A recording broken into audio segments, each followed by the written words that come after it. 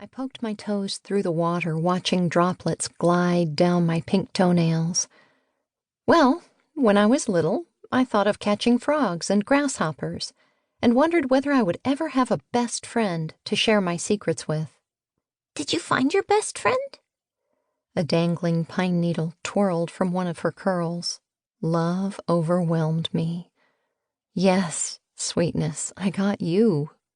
She gave me one of her endearing smiles, pulled the debris from her hair, examined it, then dropped it in the stream. I scooped a handful of the cool water and let it slip through my fingers, like the life I'd just left behind. My studio apartment that never really felt like home, the corporate ladder I'd just begun to climb, my coworkers who never became the close friends I had longed for. All of it gone now, as though it had never existed at all. My daughter looked at me askance. I want to go. The hum of nature faded. The only thing I heard now was the sharp tick of my wristwatch, reminding me just how short time was. Standing, I assured myself that I could do what I had come to do. For Isabella, I could do it. I slipped my damp feet into my Birkenstocks and brushed off my rear before collecting my daughter's chubby hand in my fingers. I forced one leg in front of the other and made my way past my car along the winding dirt road. A familiar picket fence dressed in tangled braids of morning glories came into view. I clutched my daughter's fingers tighter, feeling more like child than mother. Placing a hand over my heart, I stopped and took it in. I'd forgotten how beautiful my childhood home was, and how much I'd missed it. As I remembered running barefoot through this yard and cannonball jumping into the pond out back, joy prickled at me, until my gaze settled on the bare dirt beneath the stairs. How many times had I hidden under that porch, wounded by my father's words? Too many. My smile died. Isabella looked up at me eagerly, giving the motivation, if not the courage, I needed to continue. Ghosts of summers past faded as the fragrant scent of roses washed over me, and with it another wave of doubt so tall and wide I felt as though I might drown in it. What if my father wouldn't receive me? Or worse, what if he didn't accept my daughter? I felt sure Mama Peg would embrace her, but could he?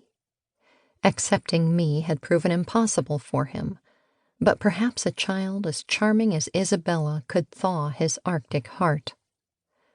Now, on the second stair, I paused to look behind me at the road, feeling a sudden urge to retreat.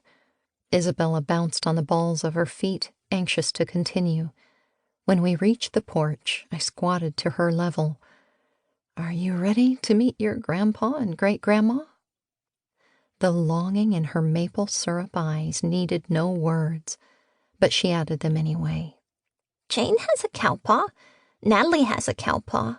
Carter has 2 cowpaws.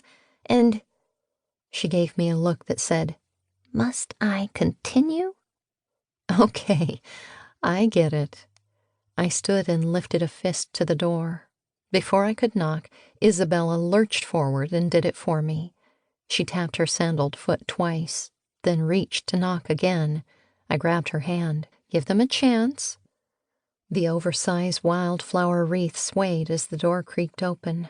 An elderly woman with thick gray hair fashioned into a bun stood before us, oxygen tubes protruding from her nostrils. Deep wrinkles fractured her leathery skin, her eyebrows were bushes, her lips were shriveled like raisins, and a heavy floral perfume emanated from her. Isabella gasped, but I beamed. "Mama Peg!" My grandmother winked at me before turning her milky gaze to her great-granddaughter. "You must be Bella." Isabella's mouth opened and a strange squeal escaped. I don't know who was more horrified at that moment, Isabella at the sight of Mama Peg at Isabella's revulsion, or me at their initial reactions to each other. Mama Peg broke out in a deep belly laugh, intermingled with emphysemic